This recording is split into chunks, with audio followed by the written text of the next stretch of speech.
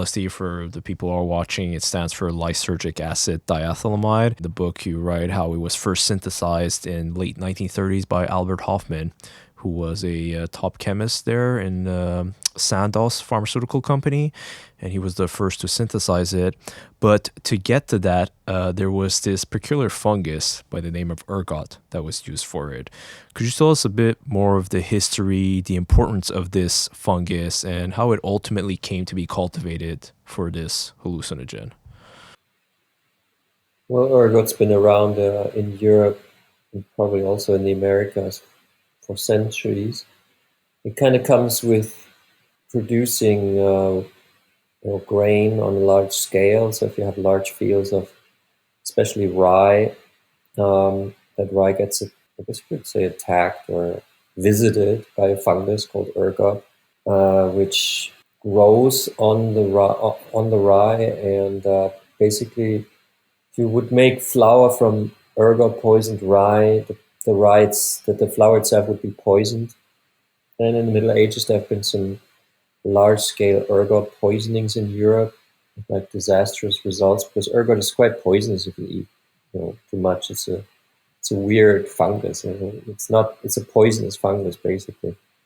But it also contains, I mean, why is it poisonous? It contains certain very potent alkaloids, and one has been isolated for the first time in the Swiss lab and the Swiss company Sandoz that we mentioned, by Arthur Stoll, who was building up the chemistry, the pharmaceutical department of Sandoz, which had been a producer of colors before. And then in 1917, they started expanding in the pharmaceutical branch. And Stoll thought that if it would be possible to isolate the potent alkaloid in ergot, then it could be possible to create powerful medicines, because then you could dose the alkaloid. And if something's poisonous, it means just something is potent, and if you take less of it, or if you modify it, or if you use it in a smart way, to create a medicine from it, which he did. He created a migraine medicine, which was very successful. And then some other stuff all around ergot. So Sandoz basically was built on ergot. That became so intense that at one point, or so important to the company, that at one point they started cultivating the ergot. Mm-hmm. So before, for centuries, peasants had always been afraid that their rye might be poisoned by ergot. Suddenly Sandoz was buying up whole fields of rye and inoculating them in Switzerland with the ergot spores, and then the ergot grew, and then they could harvest it more. So they had a lot of ergot for their many products. And so they were also searching all the time for new products made out of ergot. So they were testing new molecules, and one of the chemists that tested these was Albert Hofmann. And he tested lysergic acid, which is an acid within the alkaloid of the ergot, and changed that into a diethylamide.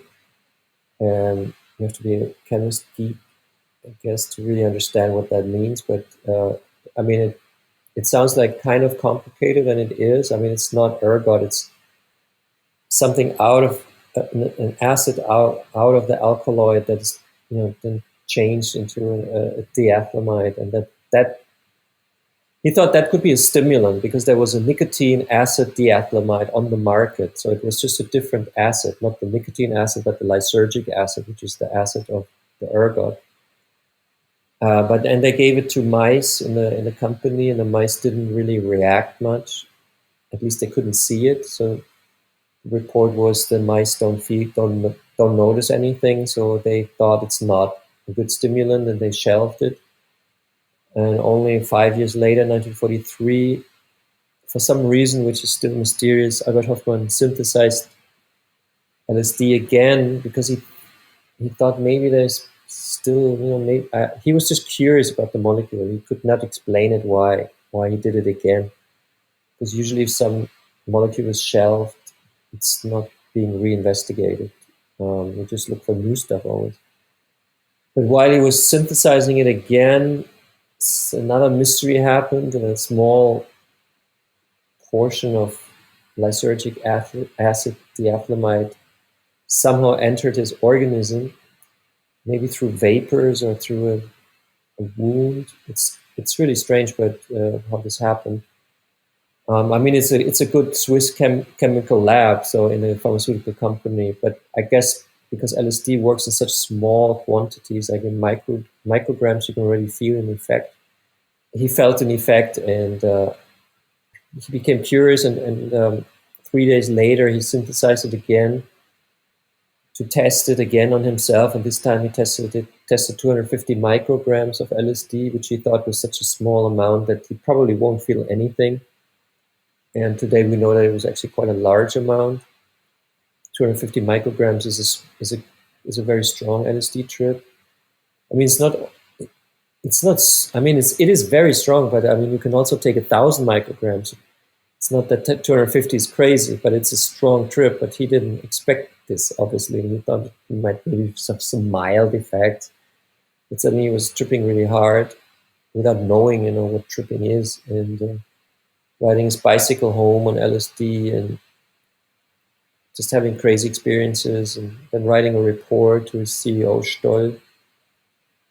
And then the two men kind of try to figure out what this stuff is and uh, what the company could do with it. And I think Hoffman did say that like LSD came to him, right? Like it's not like he was trying to force it and force the discovery, but he just said at some point like the discovery just kind of happened on its own. Well, I think he was mystifying himself as like, and also making give LSD this kind of almost supernatural, vibe that it would invent itself. I mean, basically, the company was inventing all kinds of medicines, and LSD was one of them. I think it was pure luck or pure chance that he synthesized also this weird lysergic acid diethylamide. I think it could also not have happened. I don't think that God or any force kind of brought LSD to the planet. I mean, LSD does have very strange effects because it can create spiritual experiences. So it is a very unusual substance, I would say. And I think also Hoffman, obviously knew that and was, trying to figure out why he actually discovered this, why him, why then, So it's it's a weird story for sure. Yeah. And we'd like to, talk about a little bit more the scientists at the Sandoz company. So can you explain the relationship between, Stoll, Hoffman, and their teacher, Will Slater? Why are they like so influential in the origin story of LSD? Like, how did their relationship change over time? And how did they kind of start out in all this? Well, Wildstetter was like the father of everything. He was the Jewish German founder of biochemistry, received the Nobel Prize in the teens of the 20th century. And he taught Stoll, who was his master student, that you could, gain powerful medicines from plants, which is, I mean, LSD is from a fungus, and fungi are not plants, but from natural, natural organisms. You could make strong drugs. That's Wildstetter's, research, his life. So this is how this got Stoll started, and Hoffman. I don't think he ever met Wildstetter. Hoffman was just a chemist who was then employed by Stoll to do the stuff in the lab. But the interesting thing is that there's another person coming into the game, and his name is Richard Kuhn, who was the other master student of Wildstetter, and therefore also a close friend and collaborator of Stoll. And Kuhn was a German, and Stoll, being Swiss, having lived in Germany for a long time, speaking German, obviously had friends in Germany, among them not only Wildstetter but also Richard Kuhn.